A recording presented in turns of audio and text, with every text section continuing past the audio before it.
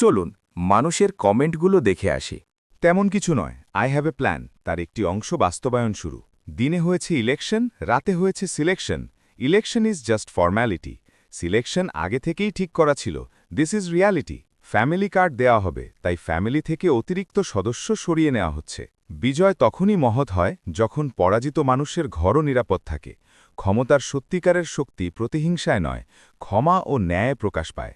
রাজনৈতিক প্রতিহিংসাকে না বলুন, দল মত নির্বিশেষে মা মাটি মাতৃভূমির স্বার্থে কাজ করুন। ১৭ বছর পর ক্ষমতা পাইছে বলে কথা। রাজনীতি নিয়ে বিভক্ত না হয়ে সম্পর্ক নিয়ে এক থাকি। ভোটের রং আলাদা হতে পারে, কিন্তু আমাদের রক্তের রং এক। মতের অমিল থাকতে পারে, ভালোবাসার অমিল নয়। নির্বাচন আসবে যাবে, কিন্তু আমাদের সম্পর্ক থাকবে আজীবন। সবাই মিলে সুন্দর একটা দেশ গড়ার চিন্তা করি।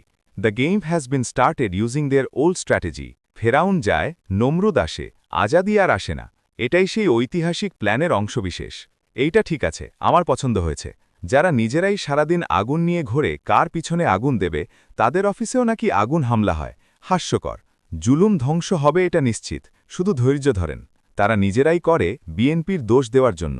হায় রে চ্যানেল 24, নিউজ করে কে করছে সেটা বলার সাহস পায় না। আওয়ামী লীগের অফিস খুলে দিছে, জামায়াতে অফিস ভেঙে ফেলছে। দলের নাম বলতে লজ্জা লাগে? তোমার আব্বুদের দলের নাম তো বললে না। আমার মনে হয় এমন প্রতিহিংসার রাজনীতি চলতে থাকলে সাধারণ মানুষ বাধ্য হয়ে হাতে অস্ত্র তুলে নিবেন। নেতা বলে একটা, কর্মী করে আরেকটা।